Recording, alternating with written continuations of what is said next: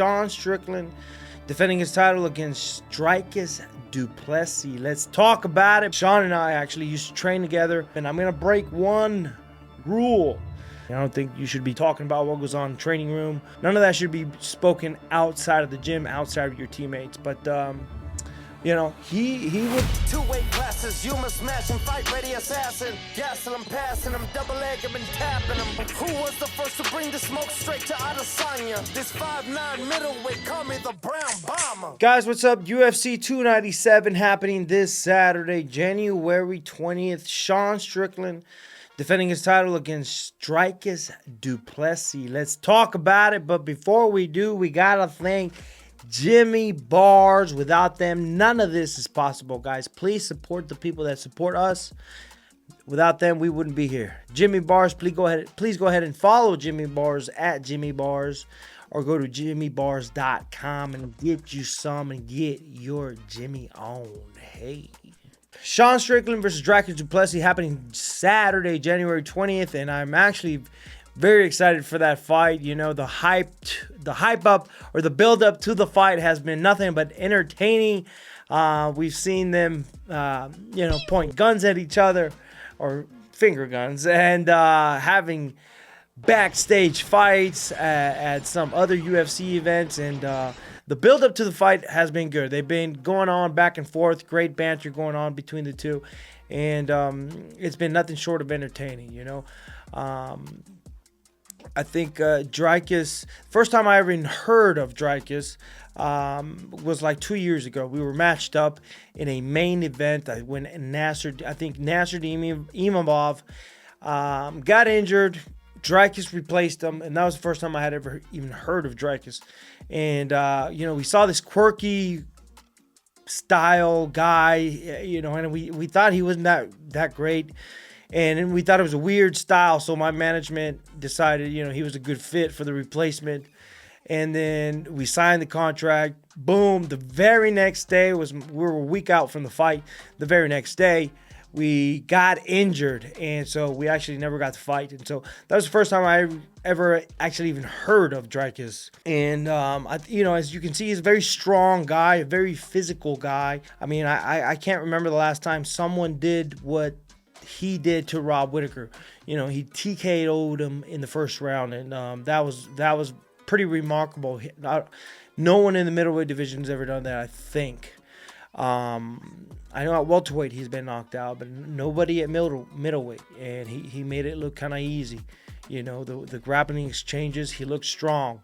So I'm expecting the best version of Dricus come fight night, right? This will be the best version for his title fight, right? This is the biggest fight of his life. I expect the best version of him, so it'll be interesting to see what he brings at his best. And then on the other side, we got a very outspoken gentleman in Sean Strickland, right? Sean and I actually used to train together, and before he moved out to Vegas, added to Extreme, he was just kind of like a journeyman in SoCal, originally from Dan Henderson's gym, I believe, but he was kind of sparring everywhere in SoCal and trying to find his place until he found Extreme Couture. But him and I trained on various occasions, and you know, we're good friends at one point, and so I could say a lot of things about him, and I'm gonna break one rule that you don't break, and it's kind of an unwritten law, unwritten code, if you will.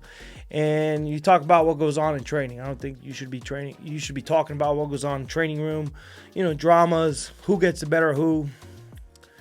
None of that should be spoken outside of the gym, outside of your teammates. But, you know, he would get the best out of me. You know, he would get the best out of me. You know, people think, people have only seen a lot of his striking. I actually think his grappling is going to be better. His grappling is actually better than his striking, and he doesn't wrestle. I don't know why. He's a psychopath. I still want to kill somebody. It just would make me feel good, you know?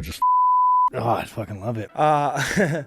But his grappling and jiu-jitsu is even better. He's jiu-jitsu black belt, and I don't know if he wrestled, but I know he has really good wrestling as well. And you know, he doesn't use it in fights, so Will Dricus be able to use his size, his strength against Sean? I don't think so. You know, Sean's a very big guy, very tall guy. He's always been a big dude. I don't know how he fought at welterweight at one point. He's a big dude, very tall. And obviously, like I said, I don't think he's going to be able to handle Sean in those grappling exchanges like maybe he thinks he will, because in my opinion, that's Sean's best attribute. We just haven't seen it yet, and I have. So I expect a very good fight. This will be the best version of both men. Yeah, I'm excited. Like I said, the build up to the fight has been nothing but entertaining.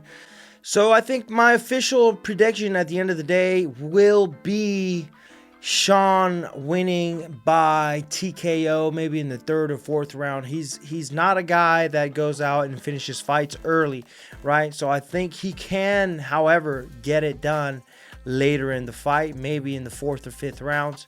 He'll get a TKO victory. I don't know how. I don't know in which way. Don't ask me.